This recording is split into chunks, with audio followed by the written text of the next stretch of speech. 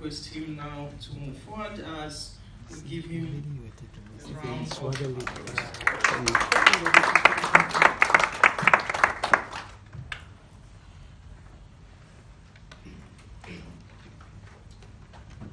Good morning this very wet Friday. I hope it hasn't dampened your spirits. Not at all. Let me start. Greetings, Professor Mbamba, Conference Chair, Professor Rutoshobia, Conference Co-Chair, distinguished participants, ladies and gentlemen. My name is Kweli Kaniki, as was introduced, Director of Strategic Planning at TPP Bank. I'll be presenting this paper on behalf of Mr. Sabasaba Moshingi, our CEO, who due to other circumstances could not be with us this morning. His presentation. I am greatly honored and humbled by your invitation to allow me to come and address the 20th Annual Conference of the International Academy of African Business and Development, organized by the University of Dar es Salaam Business School. This is an important gathering of distinguished professionals from academia and other fields.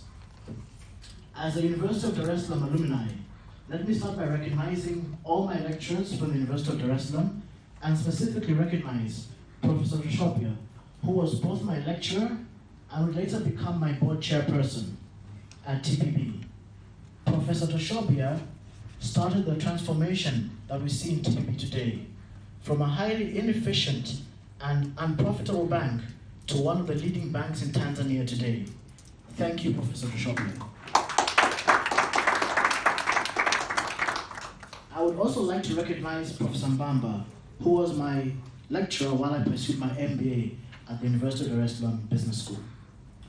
My presentation will touch on opportunities and challenges as the continent industrializes and will have more of a financial service provider's inclination, and at times will use TPB as a case study. As a starting point though, I would like us to reflect on a South Asia industrialization success story, South Korea, which achieved spectacular economic growth in the 3 decades from 1962 to 1992. South Korea was built on close partnership between the central government and family-owned corporations.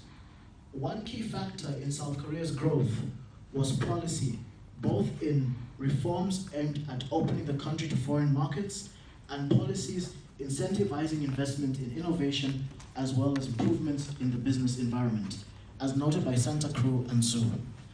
They go on further to quote the 2018 World Bank Doing Business rankings, where South Korea is ranked number 1 in enforcing contracts, number 2 in getting electricity, 4 in ease of doing business, and 9th in starting a business.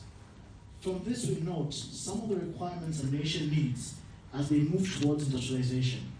Well documented and researched, these include, but are not limited to, predictable policies, sound infrastructure, reliable energy, and a skilled workforce.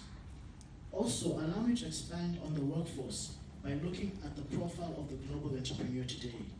They are young with an average age of 36 in Asia, 35 in Latin America, and 31 in Africa. 20% of African entrepreneurs are introducing a new product or service, while African women are twice as likely to start a business as women elsewhere, and they'll be setting up small-scale industries. All this augurs very well for the African continent, but challenges we all know exist. The fundamental issue is how well placed are we to harness opportunities in front of us. The Organization of Economic Cooperation and Development noted several challenges that SMEs face in global trade. These are trade and investment openness, intellectual property protection, infrastructure, and institutional quality. While several barriers do exist to globalization, pitting it against the SME, let us try and contextualize how compounded these problems are for an SME that's just starting up. These include the prohibitive cost of complying with diverse standards and technical regulations, many costs related to international trade that are fixed and sunk, regardless of the firm's size or revenue base, import constraints, and poor ICT infrastructure. Clearly achieving quality of product, brand recognition, acceptable packaging, and economies of scale are somewhat monumental tasks. Looking at the East Africa region, the World Economic Forum Executive Opinion Survey highlighted several key factors that are impediments to doing business in this region. In Kenya, the number one challenge was corruption, while in Uganda, the tax rate. For Burundi, Rwanda, and Tanzania, the issue was access to finance. The number two problem in Kenya was access to finance, while in Burundi and Uganda, this was corruption. In Rwanda and Tanzania, taxes. Clearly, financial service providers and the state have a lot to do to overcome the access to finance challenge. Credit guarantees would obviously go some way to alleviating the challenge. One obvious challenge to industrialization is capacity. Capacity in terms of, do local players have the capacity to actively participate in industrialization? I would like to make a case study of TPB. Prior to transformation, some of the challenges TPB faced were that the bank was highly inefficient, with a cost-income ratio of 96%, return on asset 0.3%, and return on equity of 6%. Today, our cost-income ratio is 85%, return on assets 2.3%, and return on equity 15.3%. The point I'm alluding to is how structurally sound and in tune institutions to be part of the wave of industrialization sweeping across their respective countries. TPB has opted to create an enabling environment where ordinary Tanzanians can meaningfully participate in the formal financial system and have access to credit for various projects. We began this shift in our focus from the time of our transformation in mid-2011. Let's look at the entrepreneur who needs our support and view this from the perspective of a continuum. On one end of the continuum would be a very successful businessman. This businessman or woman, if lacking technical know-how, has the financial muscle and insight to know where to get the information they need. Successful partners can easily be mobilized for a joint venture. There is wealth and depth of knowledge surrounding the person about what opportunities exist and which markets, both regionally and globally, would give the best return on the investment.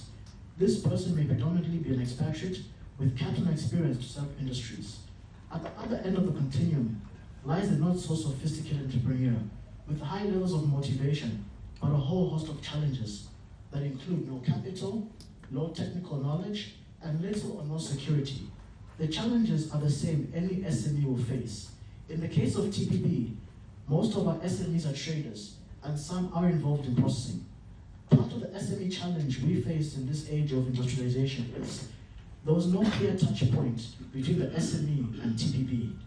SMEs were poor record keepers, but have very good business sense. Lack of collaterals the bank may need when issuing a loan, low levels of financial literacy,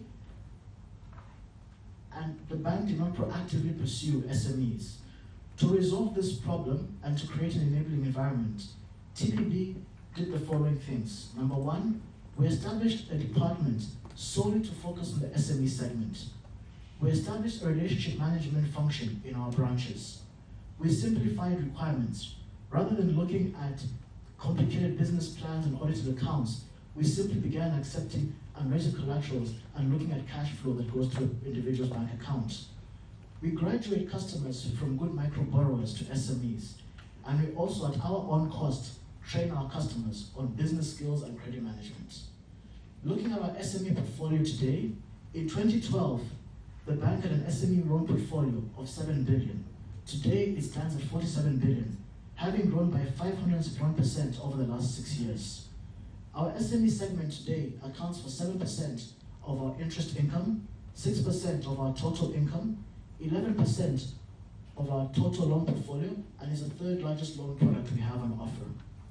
Industrialization cannot be done in isolation. At TPB, we have a relationship with CEDO with the aim of strengthening the nation's industrial base. Partnerships have been and continue to be instrumental to TPB. I would like to conclude by saying, as our continent industrializes, as Africans, we need to take a proactive role in this journey. My task as speaker has been to show a possible path as an enabler can take in the financial space. It is my hope that this conference will continue to add to the body of knowledge, but will also boost the practitioner's arsenal of tools that will make the most of this industrialization age. Thank you very much.